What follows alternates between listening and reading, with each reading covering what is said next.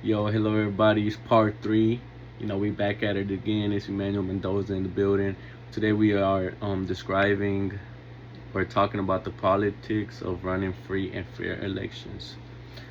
Today, one of the main points in the chapter is that debates over voting rights have existence throughout American history. In the early United States, voting was limited to certain groups, mainly white male property owners.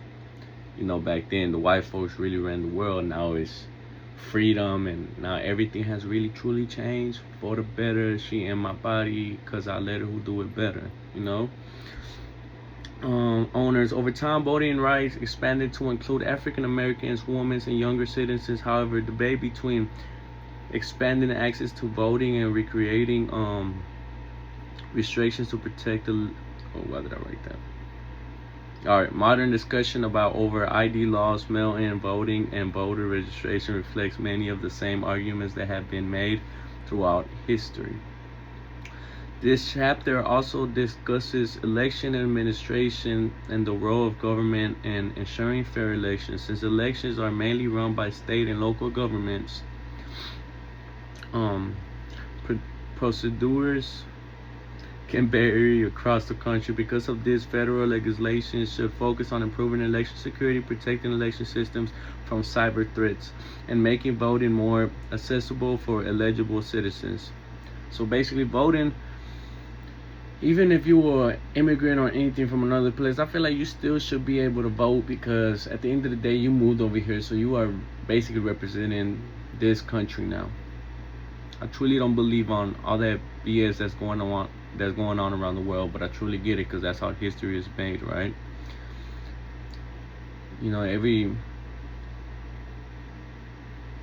By the time it turns like 2050, I hope everything has changed, and the way the way things are right now should be changing and should be made as history that people will talk about in the future in an assignment, as we doing right now, talking about the politics, and free and fair elections from back in the day, how people couldn't vote or anything. So I truly believe that one day we'll talk about how it's going on at this time and how things change for the better around that time. And another issue is partisan influence in election administration. Many people believe in elections officials should remain neutral and independent from political parties. One possible solution is the use of bipartisan or non-partisan election commissions to oversee elections process.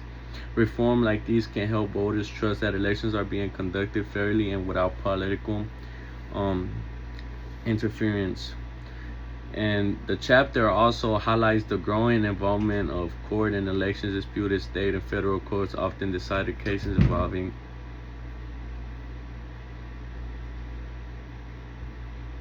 ¿Qué pasó? Chilling.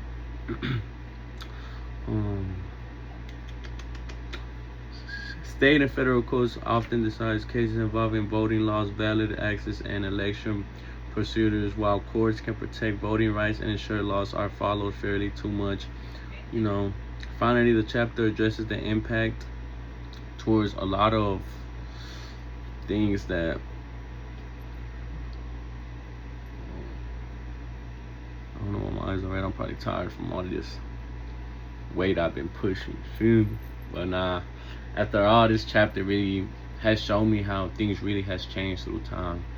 Some people probably be like, like some people probably like, I wish things would have never changed. Some people are happy that it's changed. The world is complicated. But at the same time, everything happens for a reason. Not everybody's able to vote. Not everybody, but I'm saying that everybody as a citizen is able to vote. Women are able to vote. But at the end of the day, the right person gets elected because of the people. So it's really the smart people versus the dumb people,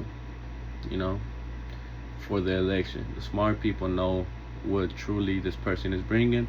The dumb people just want to vote because they don't like the other person. It makes sense. That's how the game goes. Now we're describing it as a rich man, a wealthy man versus an A+ student.